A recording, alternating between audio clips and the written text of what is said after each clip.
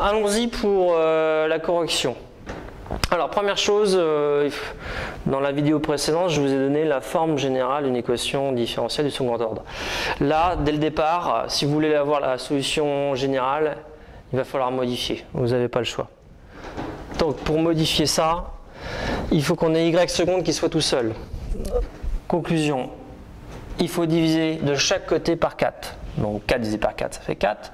Plus 49y divisé par 4, y égale 0. Donc à partir de là, eh bien, on a effectivement la forme ici y seconde plus, vous retrouvez ici oméga carré, y égale 0.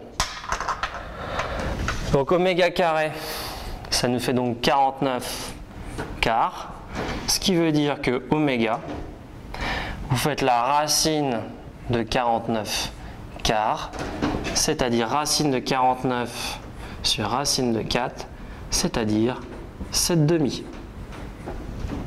Conclusion, la solution générale, ce sera y égale K1 cosinus 7 demi de x plus K2 sinus 7 demi de x. Voilà ma solution générale. On va encadrer un petit peu pour mieux voir.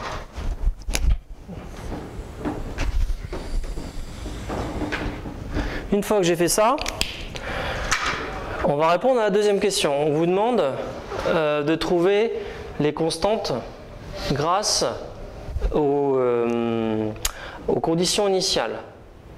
On va commencer par f de 0. Alors je rappelle que vous écriviez f de x ou y, c'est la même chose. Donc f de 0, je vais juste remplacer par les valeurs. Ça nous donne K1 cosinus de 7 demi fois 0 plus K2 fois sinus de 7 demi fois 0.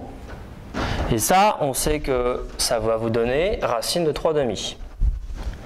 Alors, cosinus, ici 7 demi fois 0, ça fait 0. Cosinus de 0, ça nous donne 1. Donc c'est comme si j'avais K1 fois 1.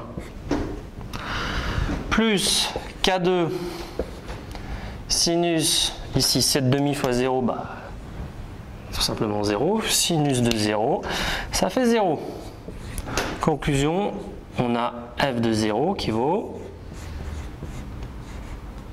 K1. Comme f de 0 égale K1 et que f de 0 égale racine de 3 demi, il vient que K1 égale racine de 3 demi.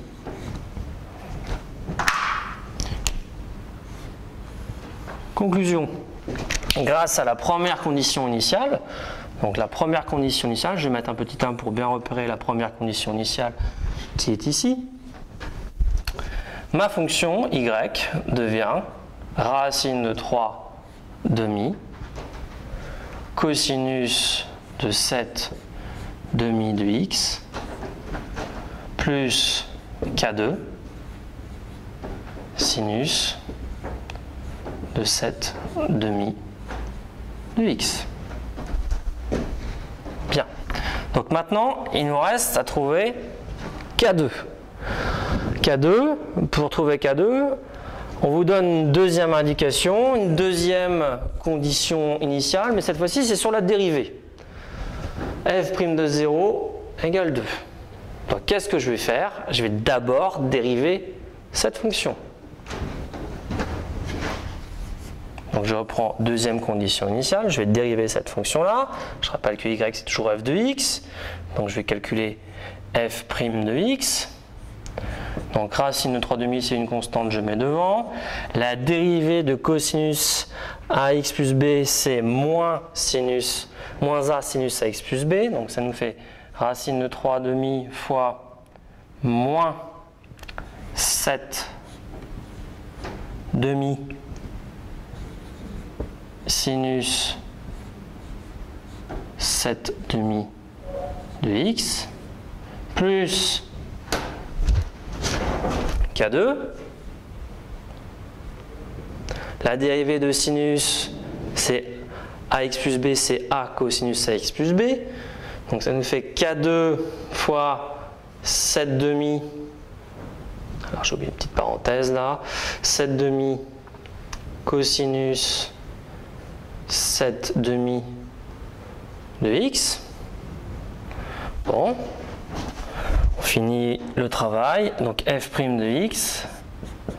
Bon, moins 7 racine de 3 sur 2 fois 2, 4, sinus 7 demi de x, plus 7 demi fois K2, cosinus 7 demi de x. Bon, ça paraît bien compliqué, mais vous allez voir que ça va simplifier assez rapidement.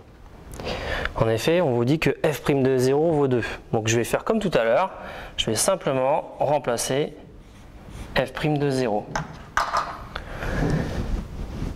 Ici, donc là, j'ai la constante qui est devant.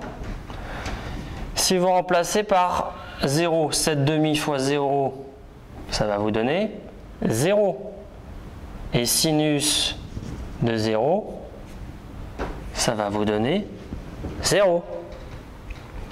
Par contre ici, vous avez 7 demi de K2 fois cosinus de 7 demi fois 0. Cosinus de 0, ça fait 1, donc il restera 7 demi de K2 fois 1. Conclusion, f' de 0 vous donne 7 demi de K2.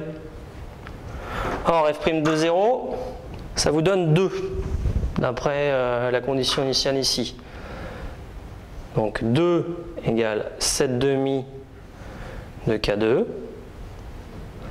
Bon, bah vous avez une équation. K2 égale 2 fois 2, 4, divisé par 7. C'est-à-dire que K2 égale 4 septièmes. Au final, votre fonction, c'est y égale racine de 3 sur 2 cosinus de 7 demi de x plus 4 septièmes sinus 7 demi de x.